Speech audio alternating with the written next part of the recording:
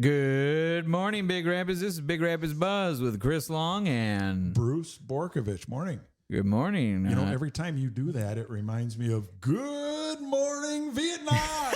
I keep waiting for you to do that, but that's not what we're doing. Yeah. Today's a little different. You got extra people in the room. We've never really had more than one other person in the room. We haven't. You know, we look for these opportunities to get interesting guests, and this is going to be fantastic.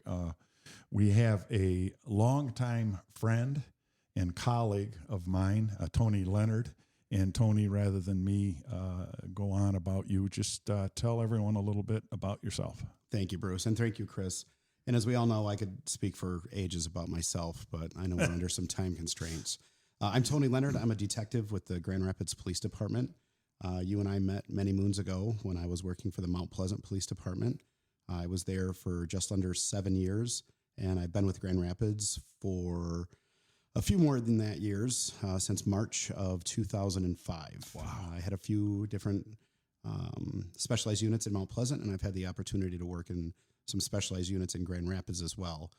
I was a patrol officer. I worked night shift. I worked day shift.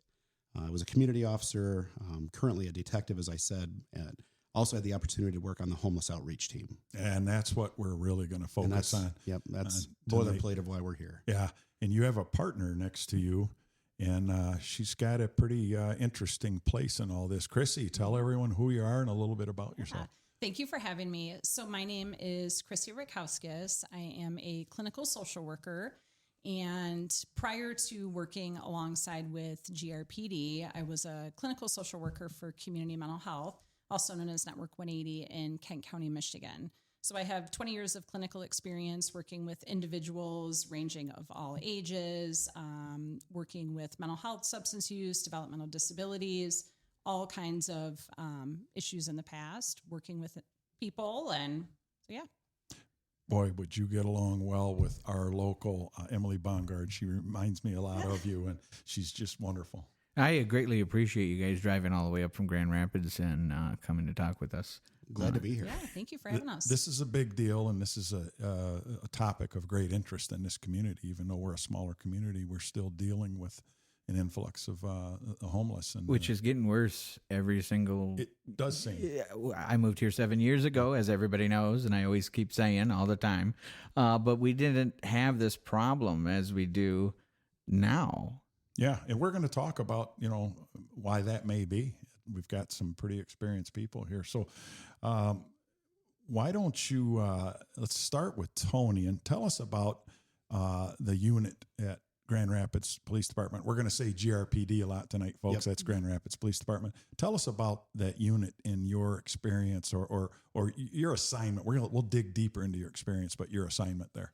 So it was a hybrid team, and it was comprised of police officers, firefighters from GRFD, the Fire Department of Grand Rapids, but then we also had clinicians from Network 180, and we also had substance abuse coaches to aid in our outreach in our times going out and meeting with people, sometimes on busy street corners, sometimes out in the woods, oftentimes along the riverbanks. We're finding the camps and going out and providing the resources that we could. I got started on the team. I came from our community engagement unit, or our community policing unit, which was primarily a strict enforcement. And I knew many of the homeless people that were out there, mostly because I had written them tickets and arrested them countless times over and over and over again.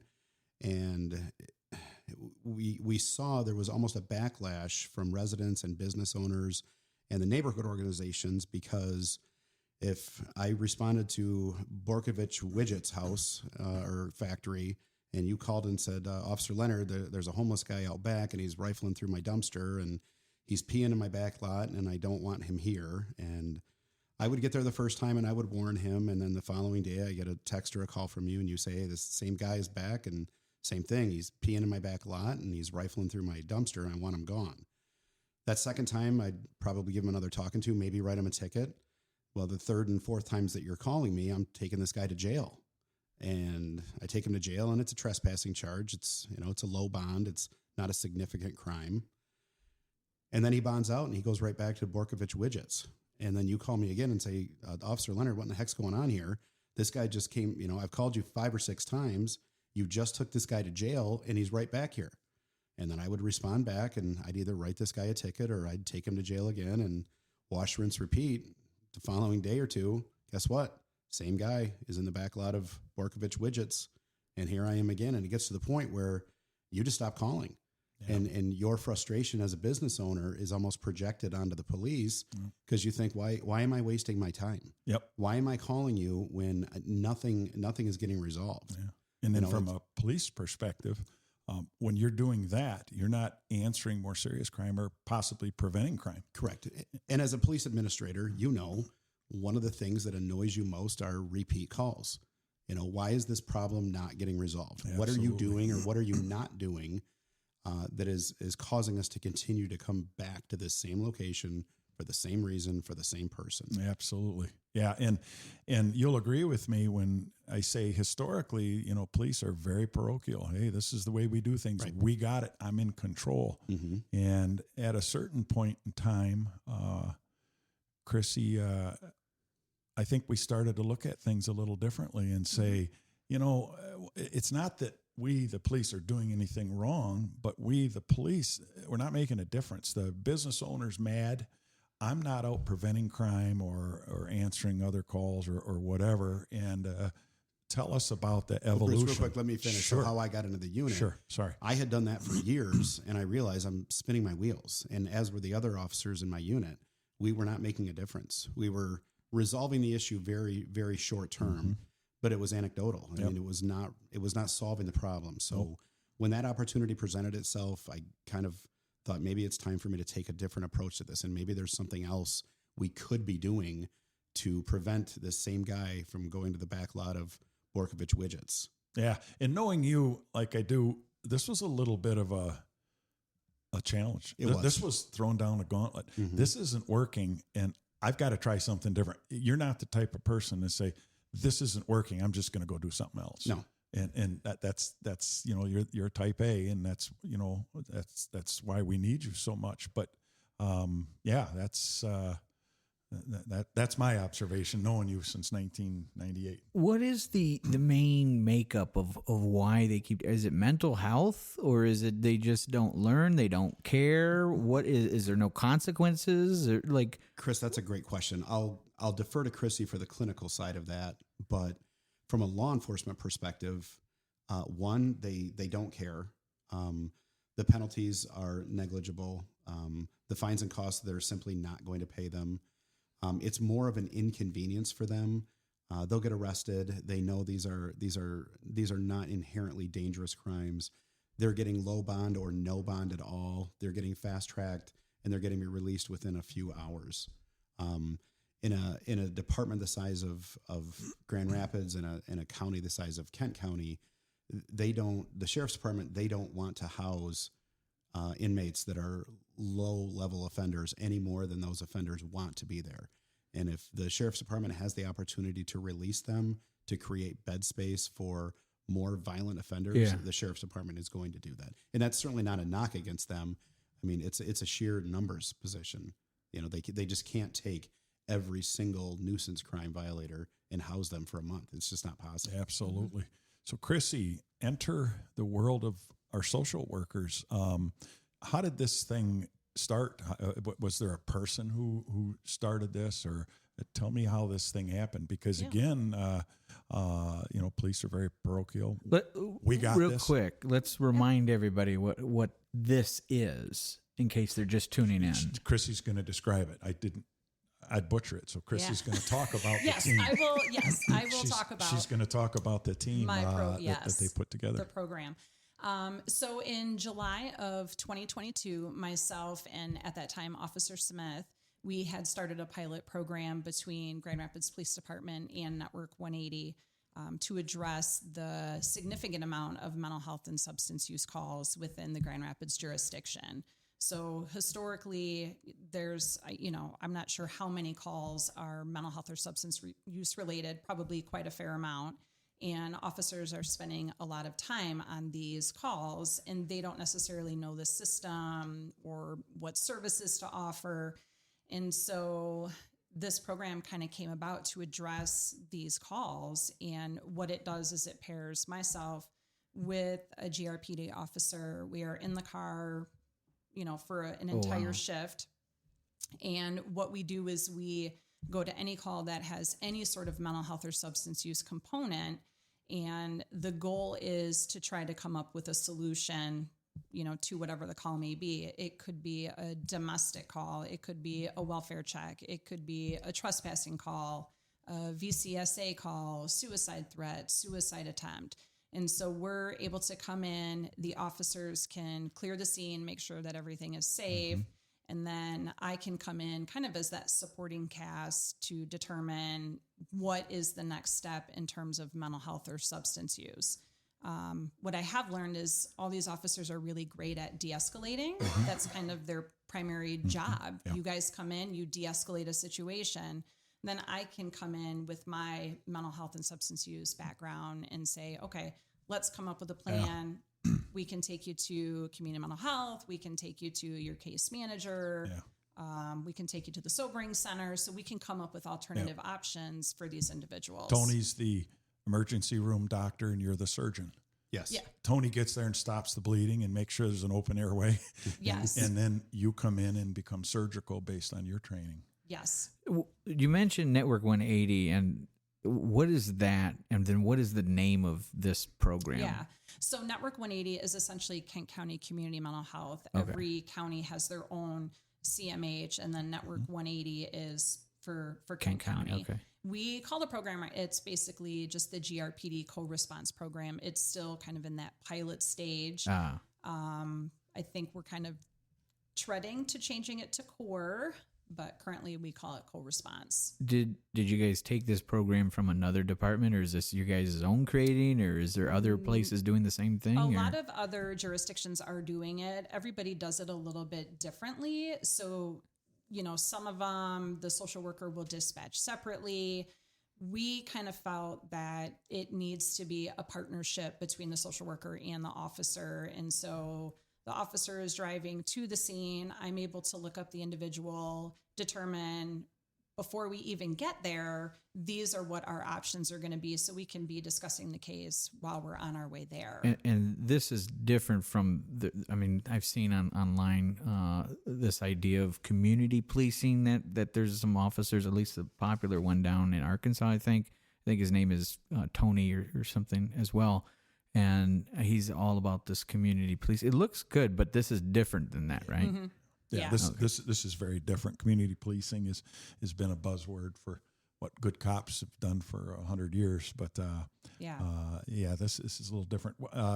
So one at a time, Chrissy, let's start with you. Do you have some specialized training then for this particular unit? I know you have a master's degree in social work, but is there a specialized school or training for this particular unit? Unfortunately, there is not, simply because this is just kind of a new thing. Historically, social workers one way, police one way. Yeah, and very true. Historically, the two have not worked together. They have kind of worked against each other in some ways. Very true. And so when I was approached about this job in 2022, I felt like GRPD is reaching out. They're looking for somebody to help them on these calls. And I felt like I want to be part of that change.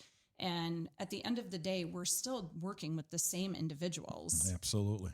Now I'm just kind of on the streets supporting the officers while they're out there and trying to get these people, the services and the treatment that we need, but also prevent uses of force, prevent people from going to jail, coming up with solutions, reducing call volume, reducing that recidivism rate. Absolutely. You're essentially right there on the front lines rather than the sidelines that Absolutely. it typically is. Yes. Absolutely. And I have to wear a bulletproof vest. Oh, I was just going to ask that. Sure. So, and I'll chime in and say, contrary to what we see on TV or in movies, I mean, it's not glitzy and glamorous. I mean, it is not. No. We don't, Chrissy is not going to be in a situation where she is in any type of danger. Right. She's not going to be she's not a hostage rescue person. Yep.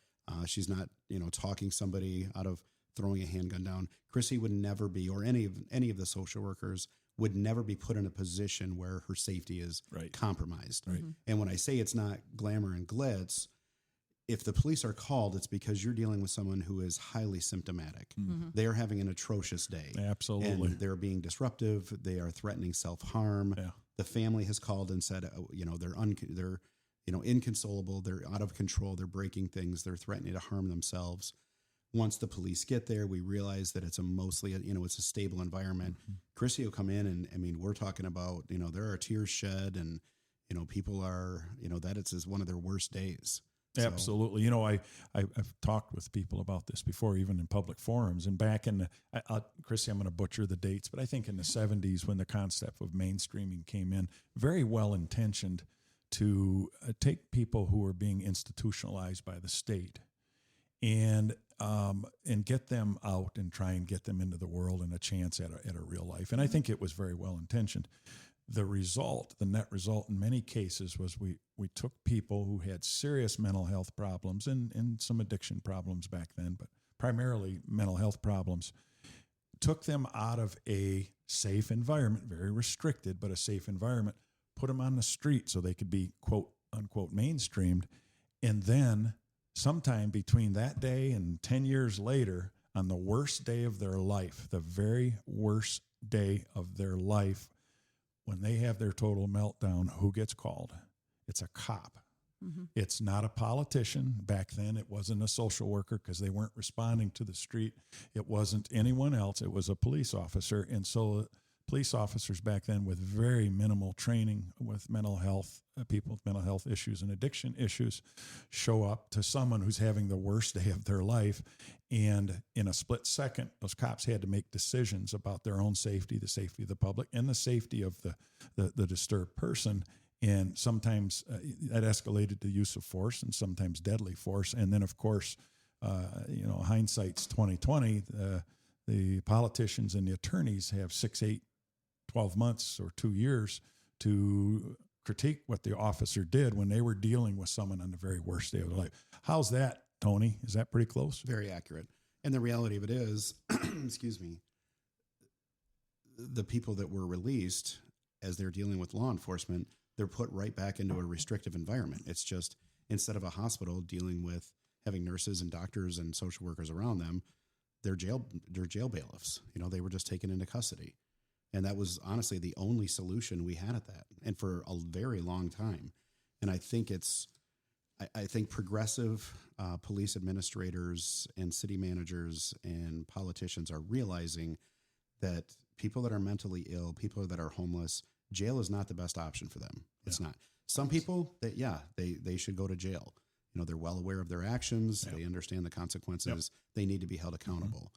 But someone who's mentally ill and is symptomatic because of it, jail is not the right place for them. Absolutely. It's just going to perpetuate the issue. Where it would be the correct place. In the care of somebody like with the credentials of Chrissy, or at any one of the number of mental health institutions in Kent County. But sometimes it's going back home. Yeah. And oftentimes it's a matter of dealing with and again, I don't want to speak for the clinical side of it, but I saw this a number of times where it was just a matter of just tweaking the medication just a little bit, whether it's taking it earlier in the day, taking a little bit more of it, making sure you're properly hydrated while taking it.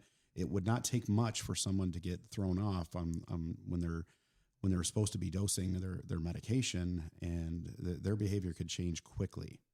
If jail's not the right option, and then the institutions are, who pays for those institutions? Especially if they're homeless, they don't have health care most likely, or if they do, it's who pays for that? Yeah, so we can typically like Medicaid funds, general fund dollars. So a lot of individuals were able to help assist them and get them on insurance so they can get some type of health care, typically Medicaid.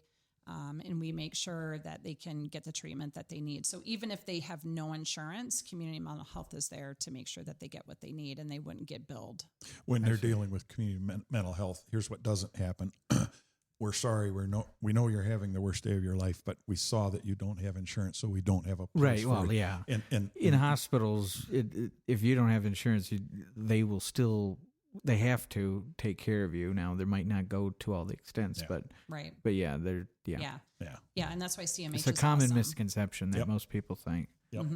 Tony, did you get some specialized training for this? I did not. I think I was a good match for this just because I had so much experience with the homeless population, specifically on the west side of Grand Rapids, where I was a community officer for so many years.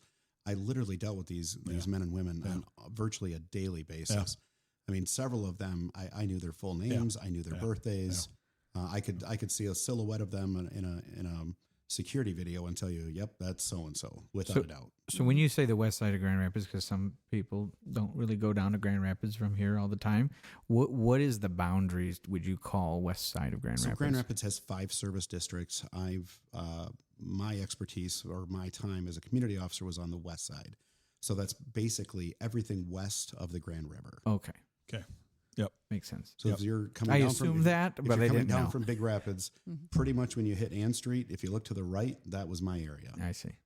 So Tony, what made you decide to work with the homeless? Was it what I said earlier? Was it kind of a personal Tony Leonard challenge? That was what part I've of it. Been doing isn't working. There's got to be something better. There's got to be a different way of doing this. Yeah. There has to be. Yeah. Because this is not working. Yeah. I mean, it was the epitome of wash, rinse, repeat. Yeah. It was cyclical, and frankly, I was done doing it. Yeah. Because it was incredibly frustrating dealing with the same people at the same addresses for the same reasons. Yeah. Yeah. Chrissy, did you have any of those aha moments when you paired up and maybe dealt with some folks on a daily basis that you don't typically deal with? Some maybe an increase in severity, or were there any of those shocking moments for you, or were you pretty much accustomed to? I feel like I was pretty much accustomed to it, just having worked in community mental health for so long. A lot of these people I actually knew, and it was kind of nice to be able to meet them on the streets, because I would say, oh yeah, I remember you from 5, 10, 15 years ago. And so I felt like I already had an established rapport with some of these individuals. Yeah. So none of it's really been all too shocking for me. Yeah. I kind of thrive on the chaos, and I enjoy doing it. You're an action junkie a little bit. Like a little bit, yeah. Yeah, that's good. So this is going to really change channels. When you got into this, you had to, once in a while, had to break your heart dealing with certain individuals. Maybe they reminded you of a family member, or it hit home for a personal reason, or you had a certain tug. That's got to be tough. Yeah. And I think, a lot of this job too is kind of meeting the individual where they're at. And I'm sure Tony can speak to that too. Like, there are some individuals who have struggled with alcohol addiction and they're chronically homeless, and the services are available, but they're just not ready yet. And there are concerns like, if they're sleeping outside and it's really cold, are they going to be somebody that we're going to find, in a bad way? Yeah. And so sometimes it does break your heart, especially when you see individuals that are in their mid to late 20s and they're struggling with severe alcoholism. And you think about the trajectory of what their life could look like if they don't decide to get treatment. And so some of that stuff is really heartbreaking. And calls with kids are always kind of tough too. But and in both your professions, you do have to, develop a thick skin. Mm-hmm. However, we're still humans. I remember just briefly here, we did a meth house one day. We raided actually 2 meth houses, one across the street from each other. And I was at this particular one, and there was a young girl there, and real meek and real polite, and spoke, a hardcore meth addict, but spoke intelligently. And so it got to I had to put handcuffs on her. We were serving search warrants. She probably weighed 80 pounds. Yeah. She was just tiny. And at a certain point, I said, I have to get your ID. She's the farthest thing from a threat to me. Anyway, she said, oh, my wallet's in my pocket. So I grabbed it. And then I said, is it okay if I get your driver's license? Yep, it's in there. And I went to pull out her driver's license, and she said, I used to be really pretty. Oh, talk about a gut punch. And I've got her, she knew I was a male, she was a female, and she was self-conscious, and she knew I was going to see her driver's license picture, which was before she was a meth addict. Mm-hmm. And it didn't even look like her, but she was so conscious of what it had done to her. So, Tony, I'm guessing, knowing you've had some heartbreak moments out dealing in this special unit. A number of times. Yeah. Tell me about those. Part of the hot team, we did not, we weren't just handing out water bottles and blankets. We were working actively to get people housing, to get people their ID, to get people health insurance, to get them jobs. And we had several case studies where we worked. And when I say we, primarily it was the social workers on the team that were getting the community resources to them. And several people, we worked, and we finally got them housing. And unfortunately, once we got them housing, now they have 4 walls and a roof. However, they don't have any relationships. They have no one visiting. They don't even have basic cable TV. Yep. They're not outside in February, which is great. But then the people that we're celebrating and high-fiving that Jane Q homeless person is now housed. I mean, that's a victory. I mean, it's a tally for the good guys. And then we saw Jane Q homeless lady out on the street. And we would talk to her, Jane, what are you doing here? I missed my friends. I missed my friends. And after a while, they just continue going back, and then they start spending the night on the street again. Yep. And then they end up losing the apartment. Yeah. So they build like a camaraderie among. Absolutely. Yeah. Oh my gosh! I didn't even think of that angle. It's about relationships. It's a peer, absolutely. Yeah. And when we have communications with people, and they're discussing, the things that are preventing them from staying in their apartment or staying in their condo or whatever, a townhome or a group home, the number one thing they say is, I'm lonely. I'm lonely. I'm just there. I have nothing to do. Well, it's one of the worst, and I'm sure Chrissy could talk about this far better than I can, but it's one of the worst things for a human to endure is loneliness, isolation and loneliness. We're designed, in my mind, by God to be around people, and we're not designed to live like an animal alone. And Chrissy, can you think of one of those cases? I'm going to put you on the spot here that just broke your heart. A specific case that just kind of. Maybe you're the first time. I know, I have a hard heart and I have a thick skin. My buddy can tell you that. But every once in a while, like this little gal that was the meth addict, just absolutely broke my heart. Can you think of any of those? We actually had some siblings that were homeless, adult men. And they looked out for one another on the streets, homeless. Both of them struggled with mental health issues. They both struggled with addiction. And, one morning the brother found the other brother deceased. And that was really difficult because they took care of each other. It gave each of them some sort of purpose in life, like looking out for one another. Absolutely. And we were really concerned about the one brother, once his other brother passed away, we were worried, like, okay, how is he going to handle this? We're worried about him slipping even further into addiction. And again, they looked out for one another. So a lot of times when people are homeless, they're with somebody else for a level of protection. Yeah.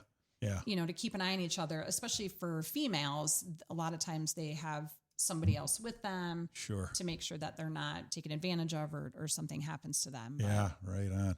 So we're going to take a break and catch our breath and get into segment 2.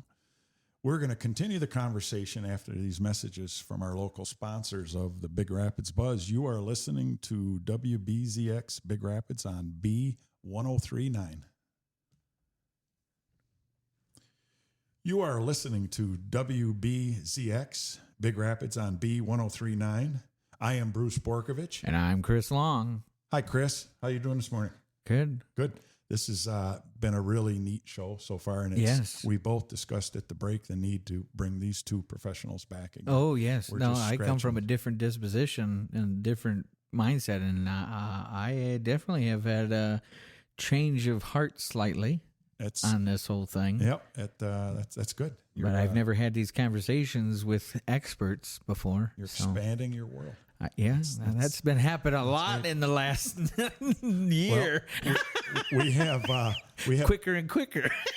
Police officer Tony here and social worker Chrissy here to remind everyone, and we're talking about mental health, addiction, and homelessness, and in particular, we're talking about a special unit that the Grand Rapids Police Department has where they have partnered with social work professionals, and we're going to continue that.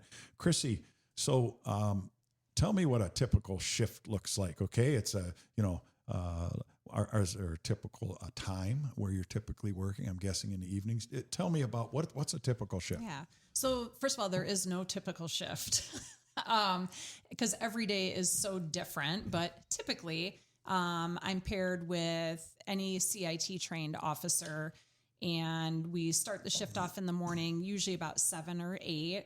We go over if there's any mental health pickup orders, if any of that needs to be done for the day, if there's any referrals or anything critical or kind of looming from the night before. And then whoever I'm partnered with will look at the CAD and determine, what do we got to hit? Is there any trespassing calls, welfare checks, suicide threats? Today, for instance, we went to a couple suicide threats, somebody who had attempted suicide, ingested medication, and drank, an excessive amount of alcohol. We did a welfare check on somebody who was very paranoid. We followed up on a mental health pickup order. We collaborated with St. Mary's Hospital. So yeah, a typical day is non-typical. Yeah. Chrissy, could you touch on CIT? CIT is crisis intervention training for officers, and it's a 40-hour a week or 40-hour training that they do, which gives them a little bit more training in working with mental health and substance use. So they do role-playing, scenario training, go over different mental health diagnoses that are more common that they're going to see on the street, and then talking about resources within the community. Yeah. So these officers kind of have a little bit more specialized training in terms of working with mental health and substance use. Yeah. I'm a simple guy, and I tend to break things into simple analogies. And one of the things I learned over many years in law enforcement was that dealing with people in a mental health crisis and sometimes an addiction crisis, it's like you're showing up to a basketball game and someone has inflated that basketball to the maximum. If you dribble it, it'll bounce right out of the ceiling. And the mistake I made oftentimes as law enforcement officers, what would I do? I'd come up, put more air in that ball. Mm-hmm. I'd start putting pressure on them and thinking that, okay, my job is to come and take control of this situation. Right. This is how I do it. And it was just like putting more air in there, and that ball's either going to bounce out of the gym or it's going to explode. Yeah. And so that's sometimes you learn by hard knocks, because back in the day, we didn't have the training. There was just no awareness. So, yeah. Tony, a typical day from your perspective. So, typical day on the homeless outreach team. As I had said, there were firefighters and also social workers and recovery coaches. So we knew where all the hotspots were. We knew where the downtown areas were. We knew which bridges and viaducts to check. We knew along the, we call it the Butterworth landfill, which is an area along Kent trails, along the Grand River. We were on first name basis with a lot of these folks, and many of them, we would have months long interactions with them and only know them by their moniker, by their street name. And that was something that we did on purpose, because it was difficult being in uniform. Now, we were in a suppressed uniform. Mm-hmm. I was not in the typical type A full regalia, the Class A uniform. I was in a suppressed uniform, so a polo shirt and khakis. Still had my gun belt on me, mm-hmm. and still had body armor, but it's not it's not what you would typically see, and not your average police officer directing traffic or making traffic stops. Yep. I think that softened things up a little bit. But it was difficult because a lot of the people that we were dealing with, they have had negative interactions with law enforcement. They're accustomed to being hassled and told to pack up their stuff and leave. You're on private property or you're on public property. You can't be here.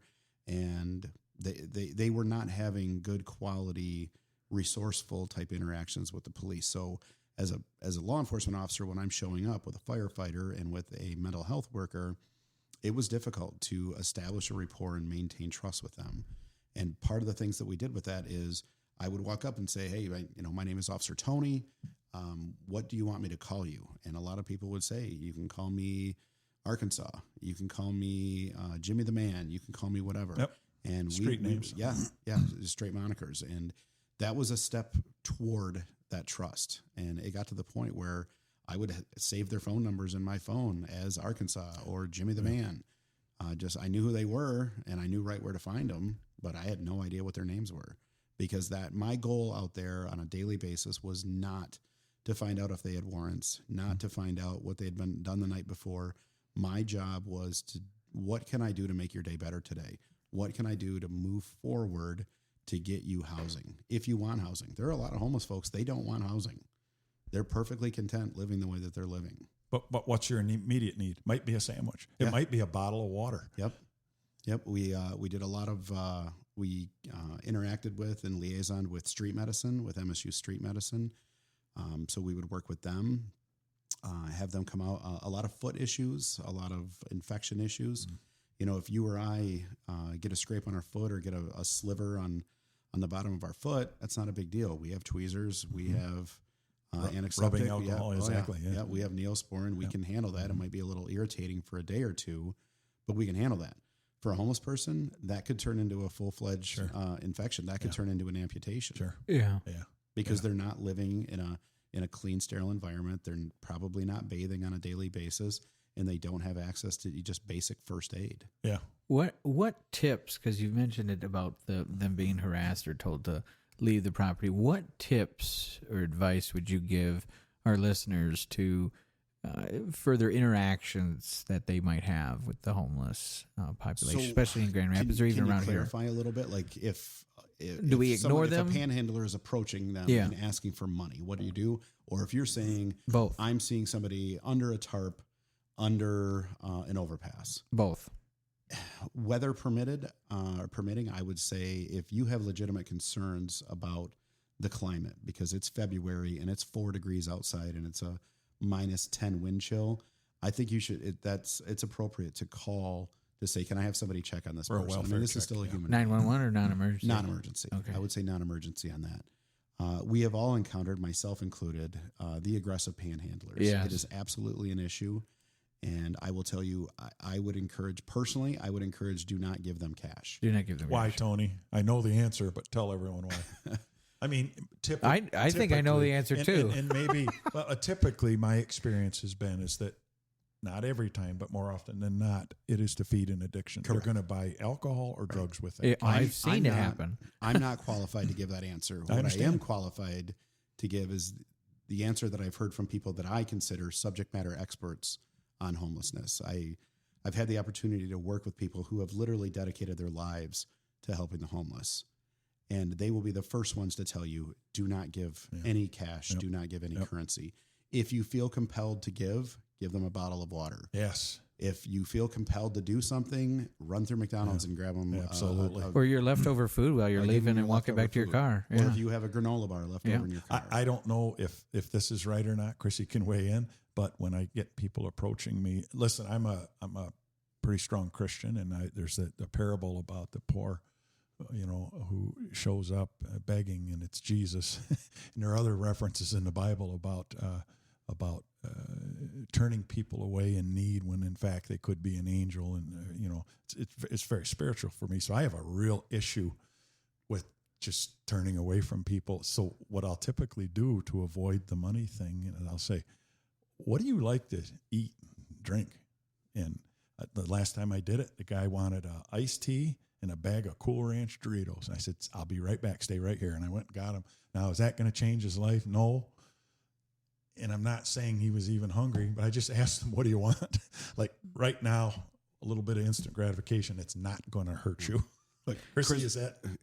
I'm sorry, Chris, to further answer your question, when someone is aggressive, I would say make direct eye contact and say, sir or ma'am, I'm not going to help you today. And then you continue on. Okay.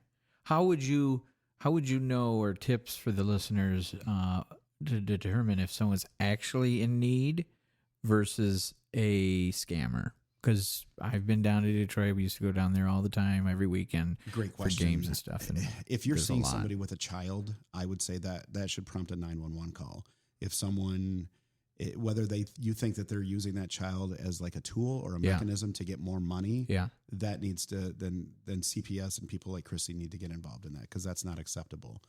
I'm very comfortable saying if someone is approaching you and asking for money, there's a very good chance that money is going to be used to feed a substance abuse of some type.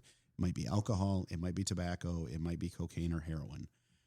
There are, specifically for Grand Rapids, there are plenty of resources available for food and hydration, and there's really not an excuse to be hungry in Grand Rapids. Yeah. Big Rapids, I don't know. I don't know what the service is out there, but a lot of churches offer food banks. How like, you being an officer, would you be able to tell the difference between the scammer who's taking advantage of the emotional part of that versus the person actually in need? Are you able to determine that? In Grand Rapids, I can, because I know many of them. Yeah. And oftentimes they will hold the sign-ups that say, I'm a combat wounded veteran, please help. And that's a scam? One of the first times that I've encountered these guys, my first question, what's the date of your DD-214? And they'll just That's stare a at good you. question. And I learned this many years ago from a salty old veteran, that when you're dealing with someone who contends that they were in the military, you ask the very first question you ask them, what is the date of your DD-214? And for the listeners out there who have served in the military, they know exactly. That's the date of your discharge, that you're no longer basically property of the federal government. Yeah. And this salty old veteran in Mount Pleasant, Larry Davis, told me, it doesn't matter how drunk you are. It doesn't matter how tired you are. It doesn't matter how symptomatic you are. It doesn't matter. Any person who served in the armed forces will be able to tell you the day of their DD-214. I like yours Instantly. better than mine. I used to ask just real quick, what was your MOS? That's your military occupation specialty. And then you'd get that video stare, that blank look. And then it was like, then I'd look at him like I'd look at my daughter when she was 7, give the dad look. And what about the ones that have the animals with them? Like that's when I get sad. That makes me sound bad. That doesn't sound very good. That doesn't sound good. I didn't mean it that way. Chris, you have that button that beeps things out, right? Can you push it once? Just push it. There you go. Thanks, Chris. What about the ones with the dogs? So, as part of the homeless outreach team, we also connected with people that specialized in helping dogs and cats that are homeless. Yeah. They were a tremendous resource for us. Again, this is Grand Rapids specific, but those agencies in Grand Rapids would take your pet if you were going into some type of a substance abuse or something, and they would house the pet. Oftentimes, and I can have Chrissy speak more to this, that pet is the one last shred of a lifeline that they have. Yeah. I see. Yeah. They're able to keep themselves somewhat stabilized because they know they have to care for the animal. Mm-hmm. Unfortunately, there's a flip side of that. Animals are not allowed, the pets are not allowed into any of the shelters. Yeah. Unless you can get the dogs or the cat sanctioned as a service animal, which is incredibly difficult. Yes. Yeah. I'm not aware of any animals that have been certified in Grand Rapids as that this is a mental health or a therapy dog or an iguana that helps keep me pacified. Many people will identify that as such, but it's not sanctioned or certified by some type of a governing board. Yep. Chrissy, can you add to that? Yeah. I'm not familiar with anybody that's actually had one put as a service animal. But a lot of times these people will feel like their pets are their children. Yeah. And so they're going to do everything that they can to keep them with them. Yeah. And that's the ultimate irony. The one thing that is keeping them afloat is also the one thing that is preventing them from moving forward and getting resources. Yeah. Chrissy, how does it affect you personally to deal with the sadness and the despair that many people are experiencing? I know we're all trained to have thick skins and disassociate, but we're human beings. I have a suspicion that you got into social work not for the money, because of that is correct, of your compassion and your heart. And tell me, because sometimes we know this in police work, you can brush all this off and it's no problem, and I'm tough, and I've had people die in my arms. I've had children die in front of me, and you just pass it off. And then it can sneak up and get you years later or however. How is it affected you personally? I think you really can't let it affect you, because I don't want it to affect the ability to do my job. Yeah. And so I just have healthy ways of coping. And those are things like a healthy, active lifestyle, exercise. Running is a huge thing for me. Socializing. And then I just also have great peers and the officers that I work with. A lot of times we'll kind of debrief after these calls, like, hey, that was a really tough call, or holy crap, like, I can't believe we just saw that. There's some things, and then we'll kind of debrief it together, process it, and then you're kind of on to the next call. And so I think a lot of it is just having those healthy coping mechanisms, and then having a great, GRPD does have that peer support team, and a lot of the officers are very open to talking about kind of emotions and feelings and dealing with that stuff.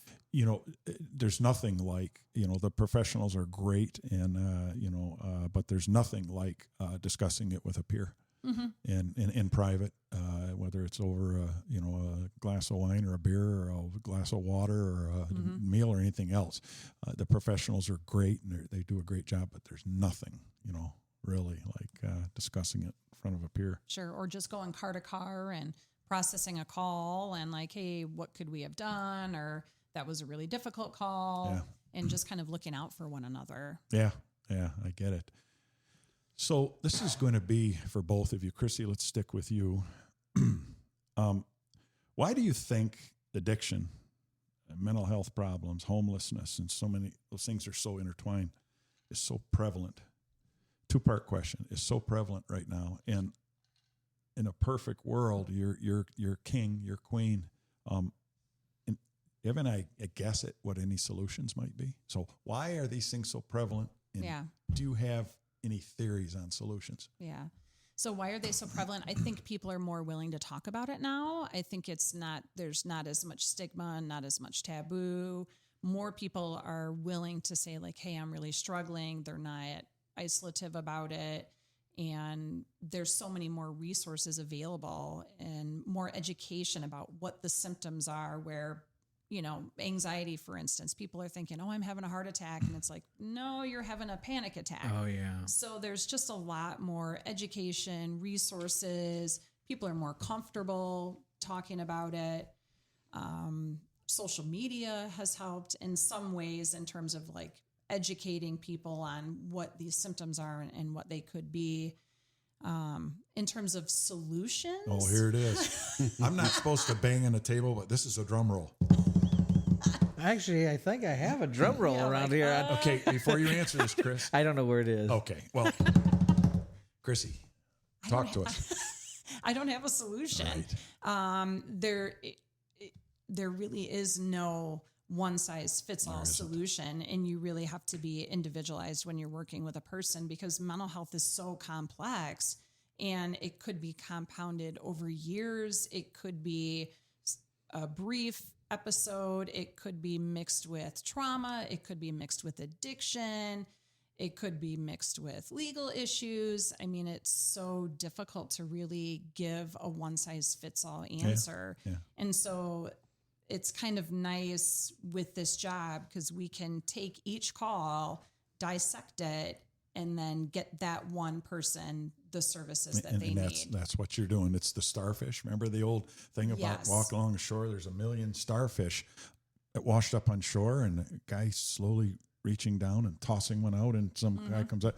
Well, that is so stupid. Do you think that's really going to make a difference? And as the guy tosses one, he says, it makes a difference to this one. Yeah. How's that for sappy story? Are you crying a little bit? Do you need a little don't start crying. Tony's I don't do well with Tony, when do you need people a hug? start crying. Not yet. Okay.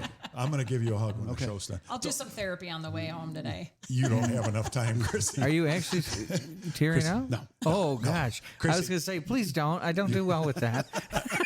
I've known him longer than you, and I know you're very bright, very well trained, but you don't have the time or the expertise to do therapy with this. That's a fair assessment. Yeah. Tony, how about that question for you? Two-part. Why do you think? Because I have a theory that's a tiny piece of this, and you two might disagree with it. But why do you think addiction, mental health problems, homelessness is so prevalent? Number one, and you're king. Any ideas on how to fix it? If I'm king for a day, everybody gets an ID. And if you lose your ID, you get a free ID. Everything starts with a picture license or a picture ID. your photo and your name on it. Everything starts there. You're talking about Everything.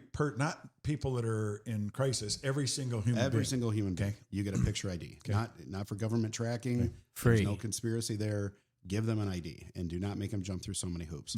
And Chrissy can attest to this. Everything as far as getting resources begins with having a photo ID, proving who you are. It's true. Proving what your birthday is. Everything starts there. My theory, I mean, this is a layman, you know, I don't have the expertise on this, but they're compounding problems. You know, you have someone that is, they're exhibiting signs of mental health. And so they maybe start smoking marijuana. Certainly not suggesting that it's a gateway drug, just saying that's a coping mechanism. It is. When they're younger. Oh, you should have heard my show a couple weeks ago. I just hammered marijuana. Okay. So, all right. They try some of, you know, granddad's bourbon. Yeah. And they feel better. You know, they don't hear voices. They don't feel obsolete. They don't feel isolated. How do they go from that to meth and cocaine and crack? Great question, Chris. But how does the roofer go from being gainfully employed and loving his family, then he falls off a roof and breaks his back, and he's taking Vicodin, and his doctor prescribed Vicodin, and he gets a refill, and he takes Vicodin, he gets a refill, and he takes Vicodin, and then one day the doctor just says, you don't get any more Vicodin. And now you've got this roofer who he can't get out of bed, he can't pick up his kids, he can't change a diaper. He's literally addicted. He is addicted to Vicodin. To Vicodin, but like, so they go and contact somebody and it's like, can you give me something that's similar? Well, it's an opiate. Yeah. I know, but like people just... Yeah, you can start, you know, you're at a friend's house, you're rifling through the cabinet, the medicine cabinet, and then you can't find that. Oddly enough, it's easier to find heroin than it is sometimes to find pills, and a little bit cheaper. So people will start, you know, the addiction causes you to do things that you never thought you would ever find yourself doing. Mm-hmm. Yeah. Is there any patterns that you've seen with who does what drugs? Is there any personality, Not introvert, extrovert, any really. past? There's no pattern. It's just the compounding challenge. Problem. It's we have mild signs of mental health and mild symptoms, and then they start coping with a substance, or they withdraw from their family. They stop going to church. They break up with their boyfriend or their girlfriend. They're playing more video games. Maybe they're fishing too much. I don't know. I'm just using that as a funny example. And the next thing you know, then they get a traffic ticket, or they get picked up for trespassing, and now they've got a court appearance, and now they can't go to work because they lose their job because they put on probation. And it's one problem after another that compounds. Very true. The quick story I told about the young lady addicted to meth, I had a great conversation with her, and Chris, this might help answer your question. She said she had a wonderful family. She had a sister. She had a great childhood. She had everything she needed. She had wonderful, loving parents. She had not one excuse or not one blame on how it happened. Now, I can tell you meth can be instantly addictive for some people. First time, it can be addictive. Statistically, only 2% of the people ever addicted to meth can overcome the addiction in their lifetime. It's that powerful of a drug. But so you could say, okay, a meth addict, you know, had a bad family, he was sexually abused, physically abused, poor, uneducated. You could go, but then you're going to find exceptions to it, which takes you right out of all the theories on how do we fix this stuff. Bruce, we had a homeless male downtown, and I won't use his name, but at one point was excuse me, wildly successful attorney. Oh. He even argued in front of the Michigan Supreme Court at one point.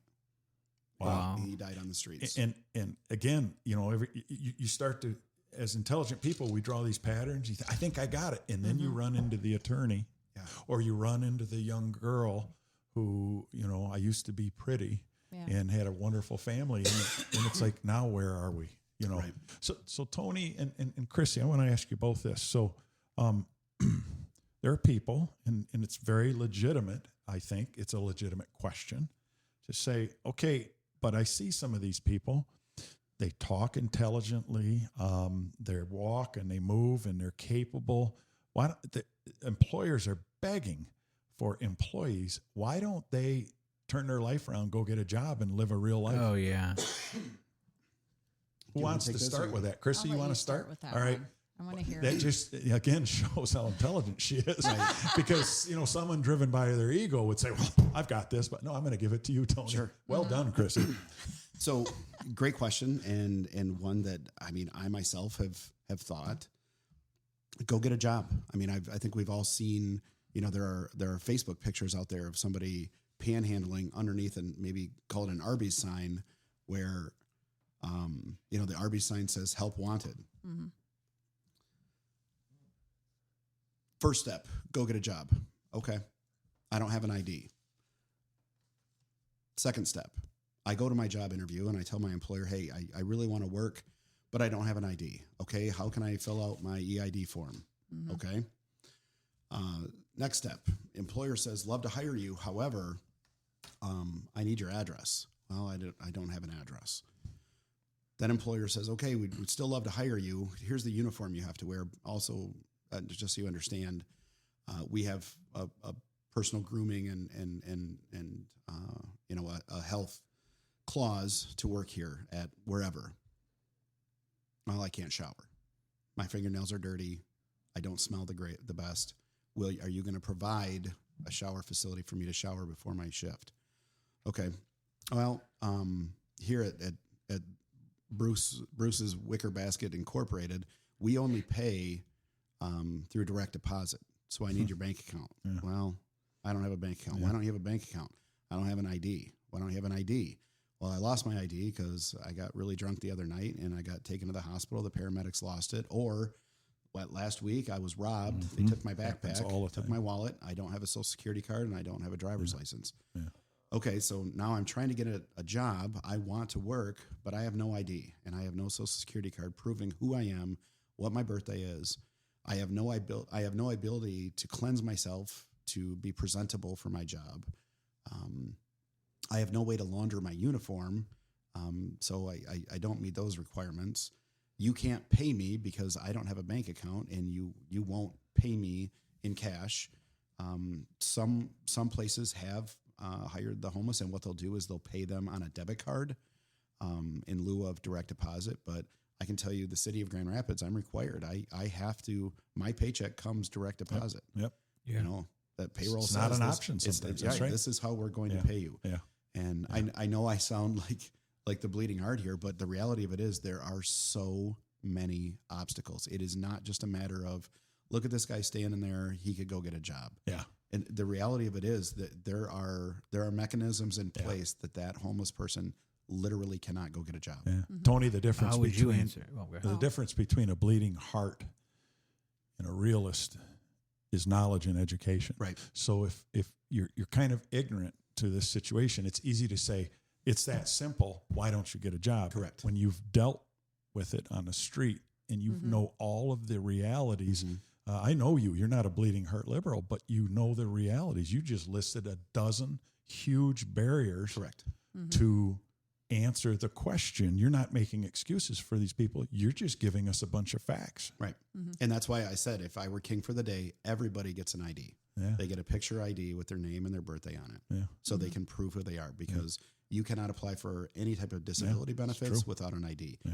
You cannot you can't apply for your birth certificate without an ID. Yep. You cannot apply for your social security card without an ID. Yeah. You can't even get a library card most often. Yeah. Unless you can't get a fishing license. Cannot get a fishing license. Without an ID. Heaven forbid if those conservation officers Oh, show those up. guys. Oh my goodness gracious. Liars and thieves, every one of them. Terrible. Did you want me to?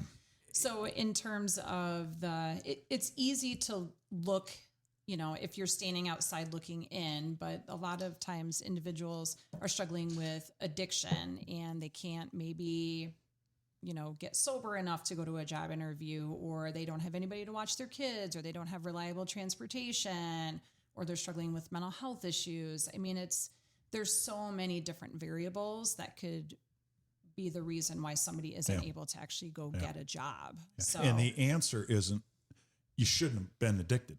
right. Yeah. Well, that's true. Theoretically, you shouldn't have become addicted. The problem is, and for professionals like you, is that's what my basketball coach used to say is ancient history. Right now, we're dealing with these realities. Yeah. And what we try to do is we try to come up with solutions the barriers, Yeah. okay, you're struggling with addiction because you can't get a job, or, you can't get a job because of the addiction. Yeah. Let's work on the addiction, or let's Yes. work on getting you an ID, or Yes. what can we do to chisel away Yep. to help it, as Lowering opposed to barriers. just, yes.